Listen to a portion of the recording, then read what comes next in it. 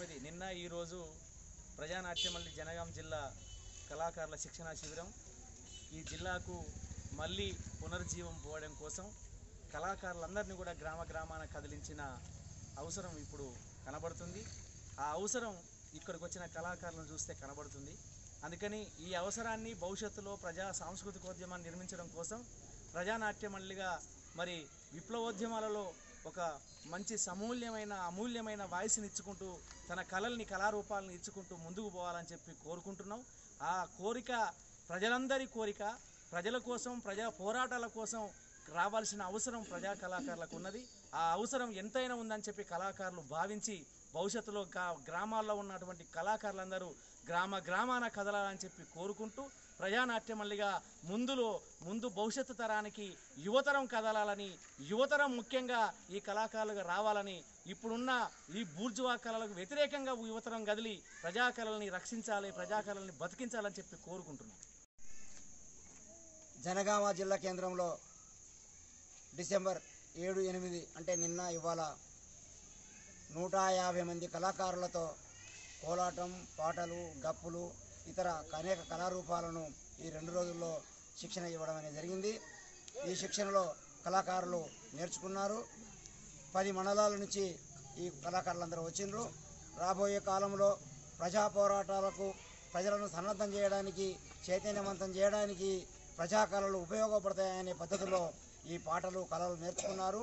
రాబోయే కాలంలో మరింత విస్తృతంగా జనగామ జిల్లాలో ఉన్నటువంటి కళాకారులందరినీ సమీకరించి ఇది ఒక మహోద్యమాన్ని నిర్మించడానికి ఇది నాంది పలికిందనేది ఈ సందర్భంగా గుర్తు చేస్తూ సహకరించిన అందరికీ ప్రజానాట్య మండలి 80 సంవత్సరాల చరిత్ర కలిగిన ఈ సంస్థ కళ కోసం కాదు, కళా ప్రజల కోసం, కళా ప్రగతి కోసమని పోరాడుతున్న సత్యం భారతదేశ ప్రజలందరికీ తెలిసిందే. అయితే ఈ మధ్యకాలంలో మోడీ ప్రభుత్వం వచ్చిన తర్వాత, కేంద్రంలో అధికారం చేపట్టిన తర్వాత మనువాదం అమలు చేయాలని, ఆ మనువాద సిద్ధాంతాన్ని మళ్ళీ ముందుకు తీసుకురావాలని, రాజ్యాంగాన్ని రద్దు చేయాలని, రాజ్యాంగాన్ని మార్చాలని, రాజ్యాంగంలో సోషలిజం అనే పదాన్ని తొలగించాలని ఎన్ని కుతంత్రాలు, ఎన్ని కుయుక్తులు చేసినా ఆఖరికి సుప్రీంకోర్టు ముట్టికాయలు వచ్చిన పరిస్థితి ఈ బీజేపీ గవర్నమెంట్కి వచ్చింది. సోషలిజం అనేది రాజ్యాంగంలో అది నిర్దేశం చేసినటువంటి అంశం. ఆ సోషలిజం అనే పదాన్ని తొలగించడానికి వీలు లేదని సుప్రీంకోర్టు చెప్పాల్సి వచ్చింది. ఈ కమ్యూనిస్టులు, ప్రజానాట్య మండలి, ప్రజా కళాకారులు, వాగ్గేయకారులు, వామపక్షవాదులు, అభ్యుదయవాదులు భారతదేశానికి అంబేద్కర్ రాసినటువంటి భారత రాజ్యాంగం అని మాకు దిక్సూచి అని చెప్తున్న విషయాన్ని మనం వింటున్నాం, పోరాడుతున్న వాళ్ళను చూస్తున్నాం. అందరి ఆకాంక్షలను కాదని మనధర్మ సిద్ధాంతాన్ని నిలవడం కోసం కుట్ర చేస్తున్న బీజేపీ కుట్రను బట్టబారి చేసే కోసం కళాకారులందరూ ఏకమవుతున్నారు, ప్రజా కళాకారులందరూ ఏకమవుతున్నారు, అన్ని కళల సంస్థల్లో ఉన్నటువంటి అభ్యుదయవాదులందరూ ఏకమవుతున్నారు. అందరినీ ఒక వేదిక మీద తీసుకురావడానికి, ఒక కళాకారుల ఐక్యవేదిక నిర్మించడానికి ప్రజానాట్య మండలి ముందుకు అడుగు వేసింది. అది జనగామ పట్టణంలో అడుగు పడింది. ఈ అడుగు రాష్ట్ర వ్యాప్తంగా విస్తరించి కళాకారులందరినీ ఒక వేదిక తీసుకొచ్చి మన ధర్మానికి వ్యతిరేకంగా రాజ్యాంగ రక్షణ కోసం పోరాటం చేస్తుందని ఈ సందర్భంగా ప్రజానాట్య మండలి రాష్ట్ర కమిటీ తరఫున, జిల్లా కమిటీ తరఫున విజ్ఞప్తి చేస్తున్నాం ప్రజలకు. సోదరులారా, సిపిఎం జనగామ జిల్లా 3వ మహాసభలు డిసెంబర్ 27, 28 తేదీల్లో స్టేషన్ గల్పు నియోజకవర్గ కేంద్రంలో జరుగుతున్నాయి. ఆ మహాసభల విజయవంతానికి మరి పోరాటం చేస్తున్నటువంటి అంశాలని ప్రజల్లోకి పాట రూపంలో, ఆట రూపంలో తీసుకుపోవడం కోసం ఈ శిక్షణా శిబిరాలు ఏర్పాటు చేయడం జరుగుతుంది. ఈ బాలాజీ నగర్లో శిక్షణా శిబిరాలకు ప్రజలందరూ కూడా సహకరించారు. వారికి సిపిఎం జనగామ జిల్లా కమిటీకి విజ్ఞప్తి చేస్తున్నాం. సోదరులారా, జనగామ జిల్లా ఏర్పడి 10 సంవత్సరాలు అవుతుంది. ప్రజలు అనేక పోరాటాలు చేసి జనగామ జిల్లా సాధించుకున్నారు. ప్రజలు ఆశించిన స్థాయిలో ఈరోజు జనగామ జిల్లా అభివృద్ధి, గత పాలకులు 10 సంవత్సరాల నిర్లక్ష్యం, ఇప్పుడు కాంగ్రెస్ ప్రభుత్వం కూడా సంవత్సరం అయింది.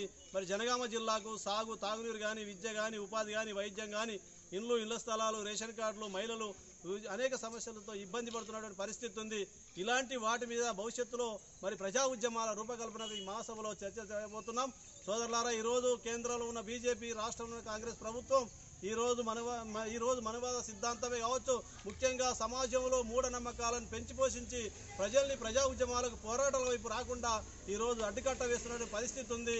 ఆ అడ్డుకట్టను తెలుసుకొని మూఢనమ్మకాల నుంచి బయటకు వచ్చి ఈ దోపిడీ వర్గాలు చేస్తున్నటువంటి విధానాల మీద మరి చైతన్యవంతం చేయడం కోసమే ఒక ప్రజానాట్యం అనేది చాలా ముఖ్యమైన పాత్ర పోషిస్తుంది. అందులో కూడా ద్వారా ఉపయోగపడుతుంది. తెలంగాణ రాష్ట్రంలో రేపు 9వ తారీఖు వస్తే మరి సంవత్సరం అవుతుంది. ఈ కాంగ్రెస్ ప్రభుత్వం ఇచ్చినటువంటి 6 గ్యారెంటీల్లో ఏ గ్యారెంటీ కూడా సక్రమంగా అమలు చేయక ఈరోజు ప్రజలు ఇబ్బందులు పడుతున్న పరిస్థితి ఉంది. మహిళలకు ఉచిత బస్ పాస్ తప్ప ఏ ఒక్క గ్యారెంటీని కూడా పూర్తి స్థాయిలో అమలు చేయలేదు. ఇప్పుడు సంబరాలు జరుపుకుంటున్నారు. అది ప్రజల సంబరాలు కాదు, కాంగ్రెస్ పార్టీ కార్యకర్తల సంబరాలు తప్ప తెలంగాణ రాష్ట్రానికి కానీ జనగామ జిల్లాకు కానీ ఈ సంవత్సర కాలంలో కాంగ్రెస్ పాలన ఉపయోగపడింది ఏం లేదని చెప్పదలుచుకున్నాం. ఆయుష్మాన్ హాస్పిటల్ ప్రారంభోత్సవ ఆహ్వానం.